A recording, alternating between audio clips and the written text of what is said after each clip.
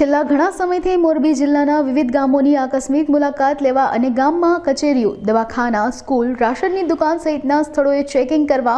તેમજ જરૂરી જણાય ત્યાં કાર્યવાહી અને સૂચનાઓ આપવા અધિકારીઓને ફરજ સોંપવામાં આવી છે। આ દરમિયાન લોકોના પ્રશ્નો અંગે લોકોને પૂરતી સુવિધાઓ મળી રહે તે માટે વહીવટીતંત્ર દ્વારા 3 હકારાત્મક નિર્ણયો લેવામાં આવ્યા હતા, જેમાં જિલ્લાના તમામ ગામોના અધિકારીઓની આકસ્મિક મુલાકાત, અરજદારોના ફોન ઉપાડવાનો સમયમાં ફેરફાર અને લોકોના કામ બગડતા કોન્ટ્રાક્ટર અને એજન્સીને બ્લેકલિસ્ટ કરવા કલેક્ટર દ્વારા સૂચના આપવામાં આવી હતી, તેમજ વહીવટીતંત્રના અભિગમથી લોકોને ફાયદો થાય તેવી આશા વ્યક્ત કરવામાં આવી રહી છે। મોરબી જિલ્લાના લોકો અને મોરબી જિલ્લાના જે પ્રજાજનો છે એ લોકોને વધારે સારી સગવડ એમના ઘર આંગણે મળી રહે તે માટે માનનીય કલેક્ટરશ્રી દ્વારા તમામ લાઇન ડિપાર્ટમેન્ટના અધિકારીઓને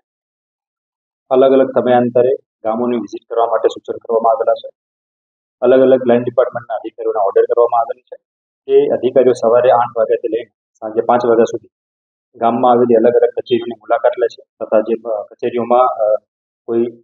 વહીવટી ક્ષતિઓ અથવા કર્મચારીઓની ગેરહાજરી જેવા વિષય હોય તો એ રિપોર્ટ કરે છે અને જેના આધારે કલેક્ટરશ્રી દ્વારા જે તે ડિપાર્ટમેન્ટના સૂચન તથા આકરા પગલાં પણ લેવામાં આવે છે। બીજું,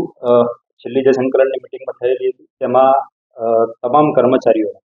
10 થી લઈને સાંજે 7:30 સુધી કર્મચારીઓના જે પણ કોલ આવતા હોય તમામ કોલ એટેન્ડ કરવા તથા યોગ્ય રીતે જે તે પ્રજાજનોને કે અરજદારોને યોગ્ય રીતે જવાબ આપવા માટે કલેક્ટરશ્રી દ્વારા સૂચના કરવામાં આવી છે। ત્યારબાદ જે લાઇન એજન્સીઓ દ્વારા સરકારશ્રીના વહીવટી યોજનાઓ અથવા ગ્રાન્ટમાંથી કામ કરવામાં આવતા હોય છે